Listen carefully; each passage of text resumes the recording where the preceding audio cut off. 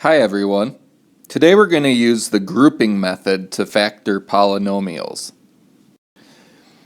We're going to factor the polynomial 30x to the third minus 75x squared minus 10x plus 25.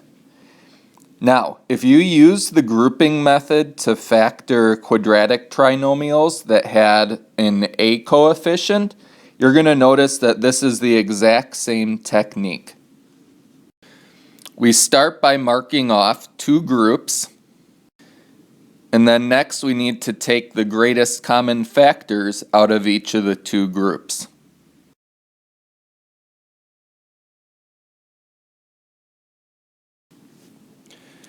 We're going to factor the polynomial 30x to the third minus 75x squared minus 4x plus 10. Now, if you use the grouping method to factor quadratic expressions that had an a coefficient in front of the x squared, you're going to realize that this is the exact same process. So first we start by pairing off the terms into two groups, and then next we need to take the greatest common factors out of each of the two groups. Both 30 and 75 are divisible by 15, and both of the first two terms also have an x squared in common, so I can factor 15x squared out to the front, and then 2x minus 5 is left inside the parentheses. I can always reverse and check this by distributing the 15x squared back to the 2x minus 5 and making sure I still get the original 30x to the third minus 75x squared. Likewise, 4 and 10 are both divisible by 2. Since the 10 does not have any x's, there is no x that I can factor out. And I pick negative 2, and you'll see why we have to do that in a sec. Just like when using this for quadratics, this method only works if the two parentheses here have the exact same expression inside it.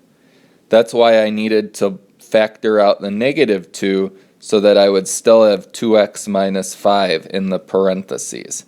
If they don't match, either A, you made a mistake, or B, you might not be able to use the grouping method to factor.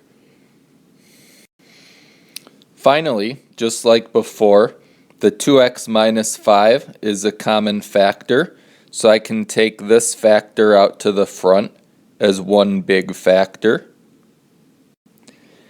And then the two greatest common factors are what will be left over for the second factor. Once again, if you want to check that it actually works, multiply everything back out and check that you get the original expression.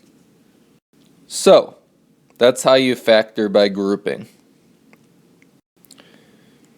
Usually you'll use grouping when there's 4 terms, because you're able to make 2 equal groups, but it will work sometimes with larger numbers as well.